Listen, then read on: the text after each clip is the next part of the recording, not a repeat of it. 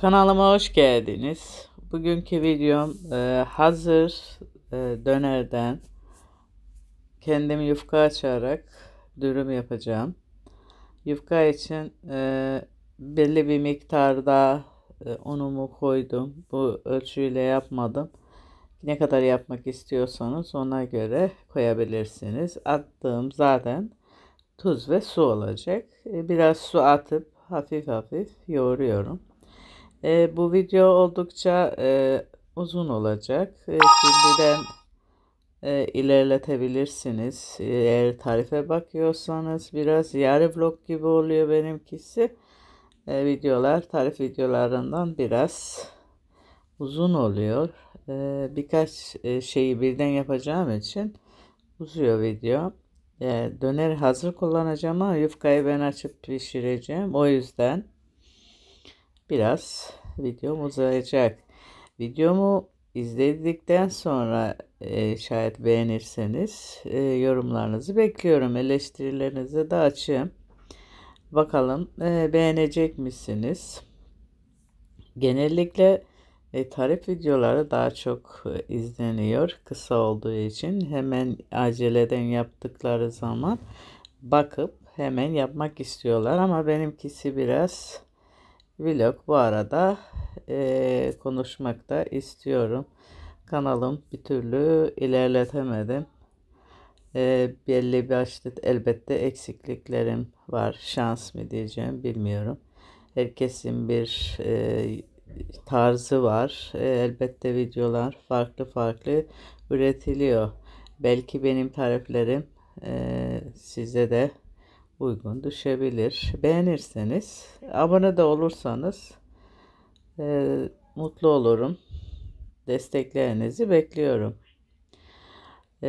Belli bir miktar suyu attıktan sonra yoğuruyoruz. İyice karıştırıyoruz. Tabii bu makinelerde yoğurmak daha kolay oluyor. Ama benim hamur yoğurma makinem yok. Elle yoğuruyorum. Çok yoğun hamur işlerini pek fazla tariflerimde yok zaten. Hamur yoğurma makinemde olmadığı için. Ama çok da zor bir şey değil. Biraz daha geniş bir kapta yoğrulursa belki de daha da kolay olabilir. Ben 4 kişi varız burada. 2'şer tane, 3'er tane olabilecek şekilde bir hamur yoğuruyorum. Çok da büyük yapmayacağım yufkaları. Yufka dürüm için lavaş yapacağım, daha doğrusu yufka kadar ince yapmayacağım. Lavaş için azar azar su veriyorum. Çok aniden su yumuşak olmasını istemiyorum. Belli kıvama ulaşması için bu şekilde yoğuruyorum. Benim diğer tariflerim de var. Yemek konusunda ben bir çeşit bir şeye tabi olmuyorum. Farklılıklar yapmayı çok seviyorum. Yani bir yemeği bugün böyle yaptımsa yarın başka ilaveler de yapabiliyorum. Hoşuma da gidiyor ve çok da lezzetli olabiliyor. Hiç umulmadık lezzetler oluyor. Diğer videolarıma da bakabilirsiniz. Benim kanalımda içerik biraz karışık olduğu için YouTube önermiyor. Önünüze düşmüşse, şayet izledinizse, diğerlerine de bakabilirsiniz. Tarif videoları ve tamir videoları var. Ev hali her türlü ihtiyaca göre oluşmuş olan tamir işlerini ve yemek tarifleri, bazı bilgi videoları, kanallarla ilgili bilgi videolar, YouTube'la ilgili daha çok teknoloji olarak da bilgi videoları var. Bakabilirsiniz, izleyebilirsiniz, beğenirseniz devam edersiniz. Hamurumu yoğurdum. Böyle belli bir kıvama geldi. Şimdi biraz fazla yumuşak gibi görünüyor. Biraz yoğurduğum zaman toparlanacak zaten. Olmazsa biraz daha un seperiz. Bu şekilde bunu yoğurduğumda biraz bekleteceğim. beklettikten sonra yufkaları topaklayıp açacağım. Unladıktan sonra daha yapışmamış olacak. Belli bir şeyde olacak. Yufka açmak merdane ile lavaşları açacağım.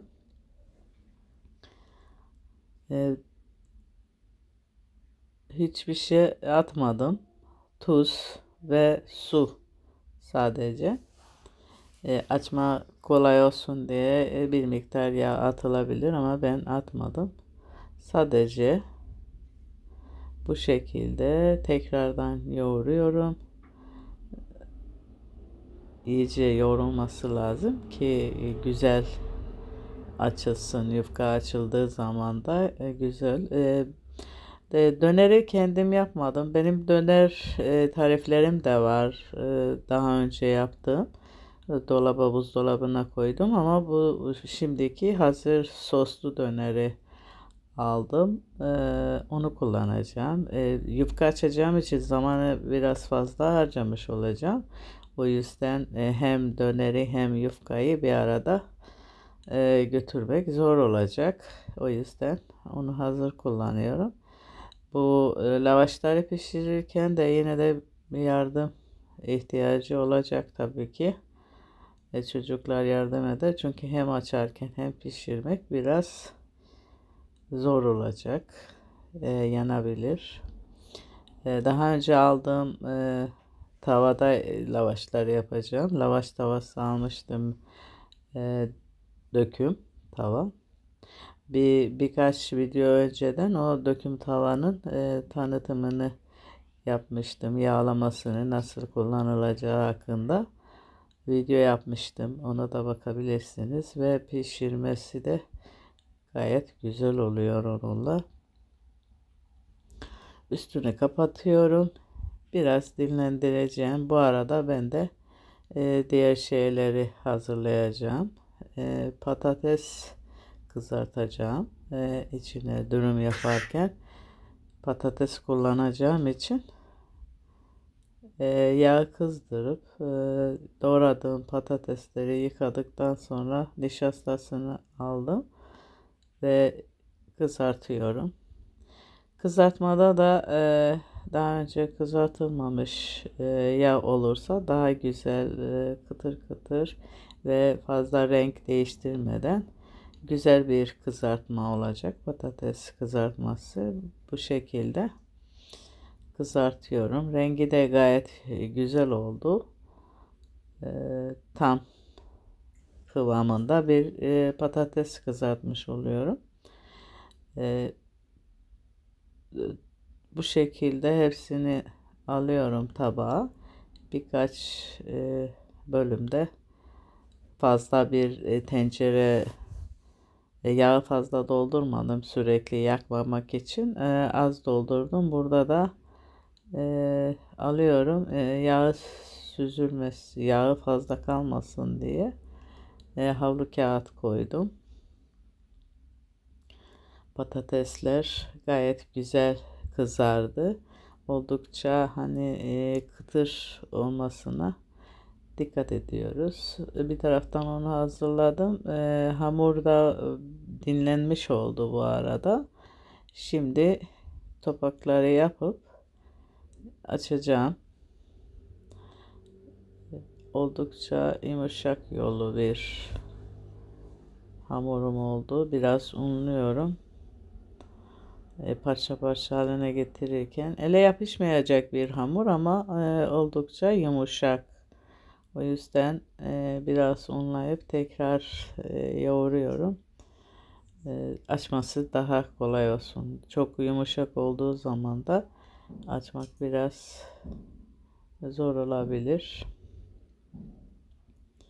Şimdi küçük küçük koparacağım. Bunu kesme aparatıyla da kesebilirsiniz. Ben elimle kopardım. Belli ölçülerde illa boyutları aynı olması şart değil ama ne kadar aynı olursa o kadar daha güzel olur. Görseli de güzel olur. Hem tavada da aynı boyutta olunca pişirmesi daha kolay olur.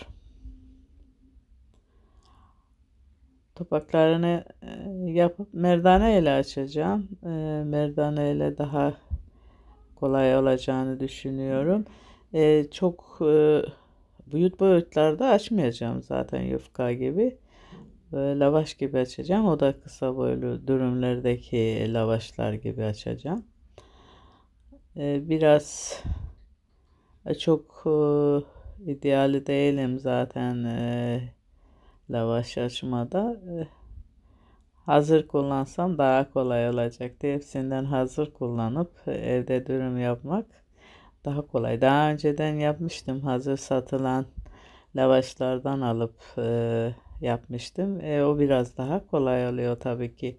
Lavaşı kendimiz açarken biraz uğraştırıyor, insanı yoruyor ama yine de daha lezzetli olabilir kendimiz açtığımız yufka ile kendimiz yaptığımızda. Tabii ki o sizin tercihinize bağlı. Aynı şekilde dürüm yapabiliyoruz. Dürüm lavaşları alırsak ya da hazır yufkalar, lavaşlar oluyor. Diğer lavaşlardan büyük. Onlardan da yapılabilir. Sonuçta nasıl yemek istiyorsanız o şekildeki lavaşları kullanabilirsiniz. Marketlerde satılan lavaşlar da olur ama lavaşçılarda satılan daha güzel oluyor. Bu hiç bulamazsanız çiğ köfte satan yerdeki lavaşlarla bile daha da güzel dürüm yapabilirsiniz. Eğer açmaya üşenirseniz, siz yapmak istemezseniz biraz tabii lavaşı açarken ortalıkta unlanıyor. Biraz kirlenmiş oluyor. Hazır olduğu zaman onlar da olmamış oluyor. Biraz da ben çok yavaş açabiliyorum. Yufkalarda da öyle oluyor. Çok ince açamıyorum zaten yufkayı. Şimdi biraz uzunlamasına bir lavaş yuvarlak olarak olmayacak. Uzun olacak. Bu şekilde unlarını da sirkeliyoruz. Fazla un olursa pişirirken onlar tavaya yapışıyor. O zaman da güzel olmuyor. O yüzden ne kadar unsuz açabilirsek son zamanlarda öyle çok daha güzel olacak. Biraz da oklavayla genişletmek istedim. Merdane ile çok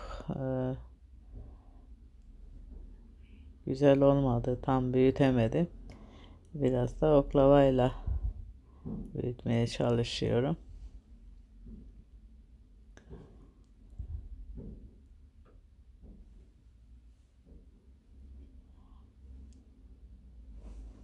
Burada açılmakta biraz zaman çok harcadım. Epey zamandır açmadım. Hiç ilerlemiyor açma. Sanki yufka kendini bırakmıyormuş gibi oldu böyle. Açıyorum aynı boyutta duruyor. Bilmiyorum. Ara ara denemek lazım. Bir de oklava da işe yaramıyor. Oklava eğik oldu herhalde. Bir işi yapamayınca aletlerde kusur aramak lazım da bu oklava eğik. O yüzden kenarları değdiği için olmadı. Oklavayla da açamadım. Bu şekilde yine merdane ile genişletip yeteri boyuta aldıktan sonra bu şekilde yeterli.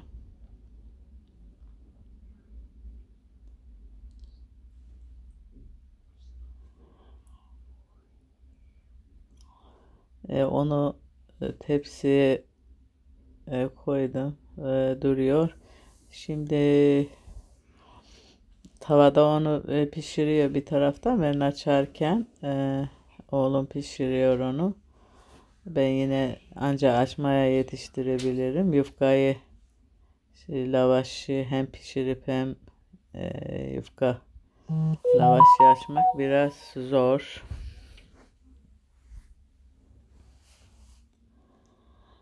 Evet, birkaç tane vardı. Hepsi hayli zaman alacak bunları açmak.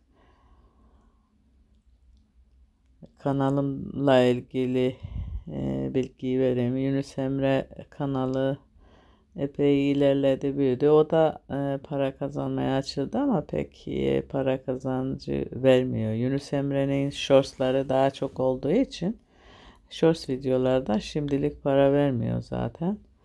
O yüzden düşük izlemeler. Hanimeller kanalı da aynı şekilde çok ilerleyemedi.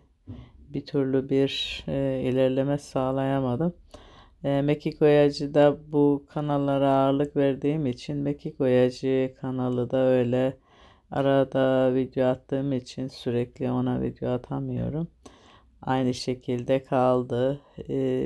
Bu sıra oraya da video atmayı düşünüyorum ama yine de zaman yettiremiyorum. Ona da Mekik Oyaları. Onda da karışık videolar vardı. Yine de Cuma videoları ve Mekik Oyası atıyorum orada da. Bu kanalda oldukça daha tarif videoları ağırlıkta. Bilgi videolarını da artık bu kanalda atıyorum. YouTube'la ilgili bilgi videoları. Şu lavaşları hepsini açıp pişirdikten sonra şimdi uzun oklavayı aldım. Uzun olan eğik değildi. Onunla biraz daha rahat açılıyor. Sahiden kusur oklavadaydı. Ben kendimde kusur aradım ama oklava biraz sorunluydu. Şimdi bu şekilde daha kolay açabiliyorum.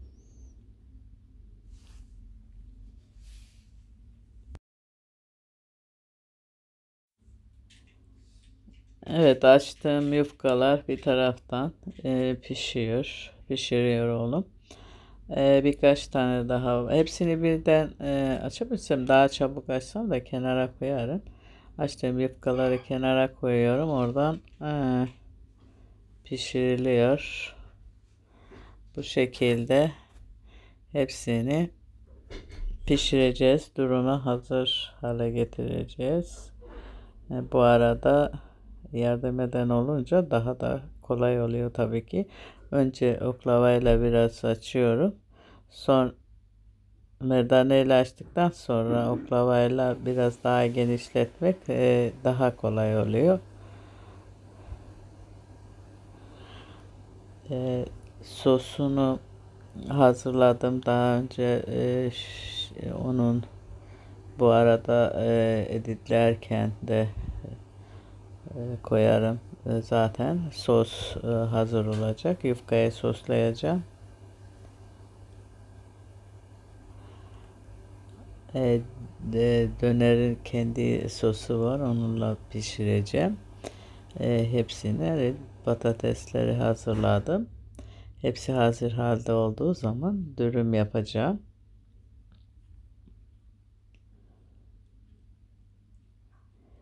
Bu yufka konusunda çok güzel olmadı. İşte tavada da bu şekilde pişiriyoruz. Tabii çocuk biraz tersten koydu yufkayı. Oklavayı tersten almak lazım. Bu şekilde tavada, döküm tavada gayet güzel lavaşlar oluyor, pişiyor. Bu şekilde pişirdikten sonra ateşi fazla yüksek verirsek yanabilir. Orta bir ateşte pişirmek lazım.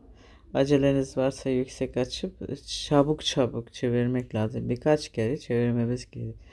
Pişmemiş yerler varsa biraz bastırarak orayı tamamen hiçbir yerde çiğ kalmaması için e, bastırmamız gerekiyor bu şekilde.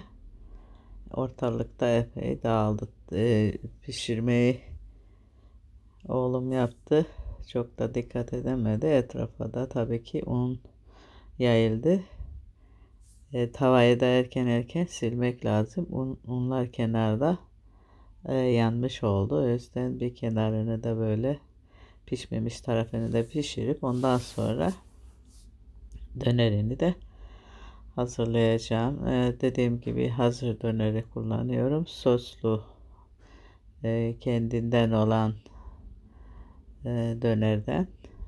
Bunu pişmiş döner. Dönerlerde birkaç çeşit oluyor.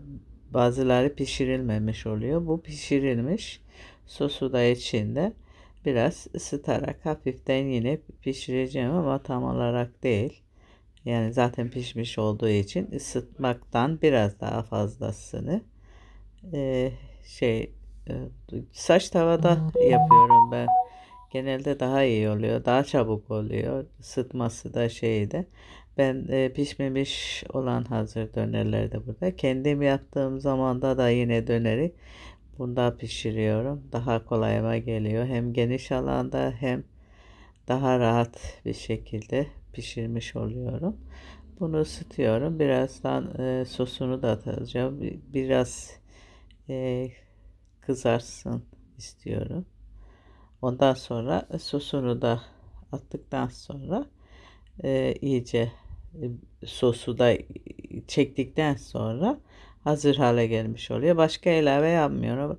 Bazen ben tereyağı atıyorum. Tereyağı atabilirsiniz. Hafiften sıvı yağ da koyabilirsiniz. Şu an sıvı yağ koymadım. E, Kendi de var olanlar yeterli. Sosunu da böyle gezdirerek iyice bulaşsın diye atıyorum. Bu eğer soslu olmasa da kendimiz sos hazırlayabiliriz. Ancak bu hazırda olunca daha kolay oluyor. Bu şekilde altı yanık olarak duruyor. Sosunu dağıttım. Biraz daha pişireceğim. Bekleteceğim. Tamamen iyice işlesin diye. Sosu dönerlerin içinde karışacak ve iyice içine çekmiş olacak haliyle biraz daha bu şekilde her tarafına bulaşacak şekilde tutuyorum. Ondan sonra durumumuzu yapmaya başlayacağım. E, Durumu hazırlamak için öncelikle yufkayı yine de soslayıp önce toz biberi sepiyorum. Acı toz biberi ama tatlı toz biberini de kullanabilirsiniz. Buradaki iyice soslanması için bunu yapıyorum.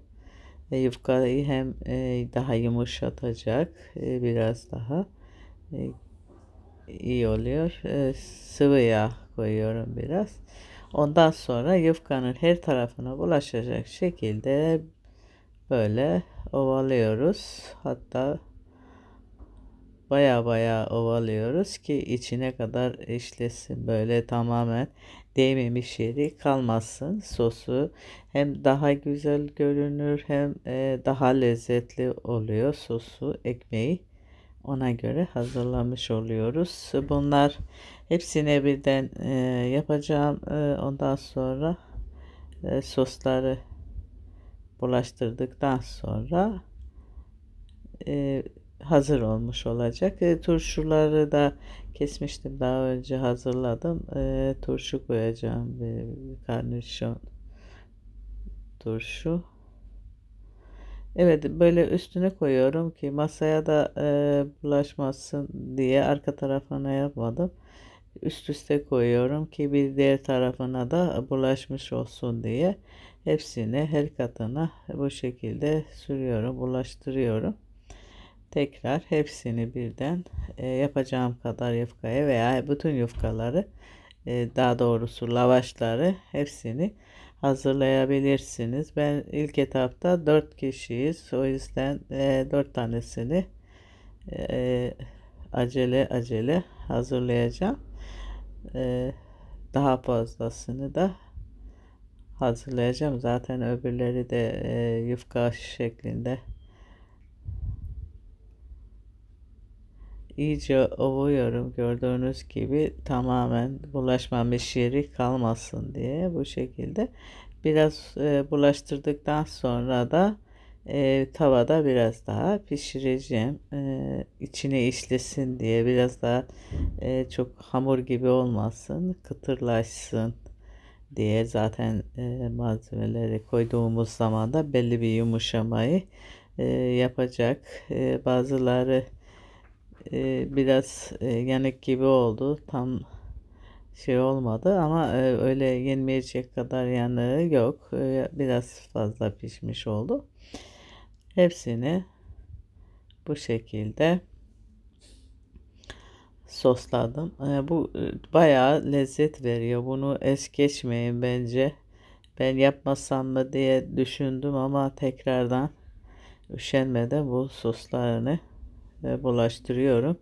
Bunun ayrıca güzel bir lezzet vermiş oluyor. Ve yerken de bu sonradan çekecek tavada pişirdiğimiz için evet bunları bu şekilde hazırladım.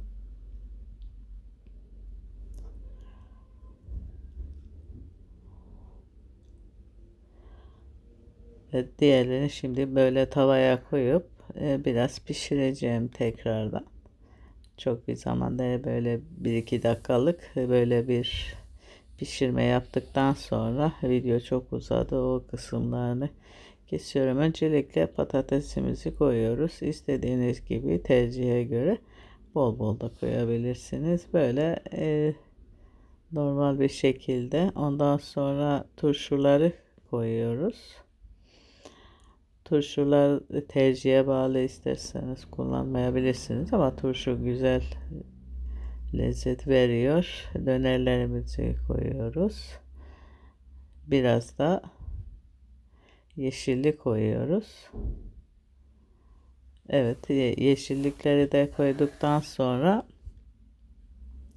bu etapta domates de koyabilirsiniz. Ama çocuklar domatesi tercih etmediği için ben şimdi domatesi kullanmıyorum. E, sos var içinde. Ketçapla mayonez kullanıyorum. Onu ben kendi yiyeceğime atmayacağım. Çocuklar onu tercih ediyor. Burada tercihlerinize göre durumu hazırlayabilirsiniz. İstemediğiniz şeyler varsa koymazsınız. Sevdiğiniz şeylerden koyarsınız. Bu şekilde sarıyoruz. Durumumuzu sardıktan sonra gayet de güzel durumlar olmuş oluyor. Bir miktarını daha üstüne ilave edip yemeğe hazır hale geliyor. Videomu beğenmeyi, yorum yazmayı unutmayalım lütfen. Ücretsiz olarak kanalıma da abone olabilirsiniz. Hoşça kalın, sağlıkla kalın. Yeni videolarda buluşmak üzere.